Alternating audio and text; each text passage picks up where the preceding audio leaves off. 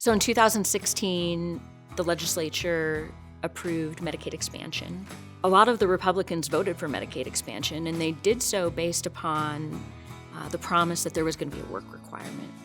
There was some ideas that Medicaid expansion would actually help employ people, that people would be ready to work, but that turned out not to happen. There's good science on that shows just the opposite, that it actually disincentivizes work.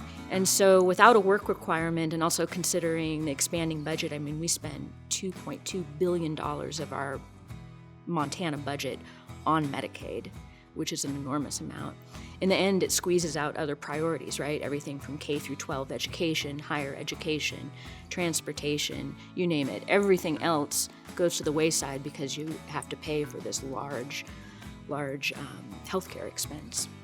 In the interest of conserving valuable resources for our most vulnerable, for our children, our elderly, our disabled, those who can work should work and should acquire health insurance through, let's say, the health insurance exchange instead, or an employer, instead of having taxpayer-funded health insurance.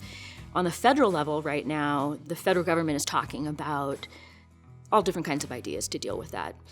I can tell you what won't happen. They won't reduce Social Security. They won't cut into Social Security. They also won't cut into Medicare.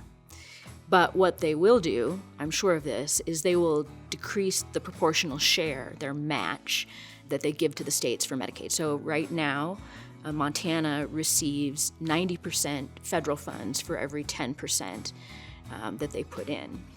My prediction is that is going to move. That's the easiest thing for the feds to start adjusting in order to help with that budget deficit that they have. As states have to pay proportionally more of Medicaid, they're going to have to figure out how to make it work. And what we can't do is we can't cut into funding for our vulnerable. So in 2025, reauthorization of Medicaid will come up again. If we don't reauthorize it, it sunsets. In my mind, the only sensible and reasonable solution is to let that sunset happen.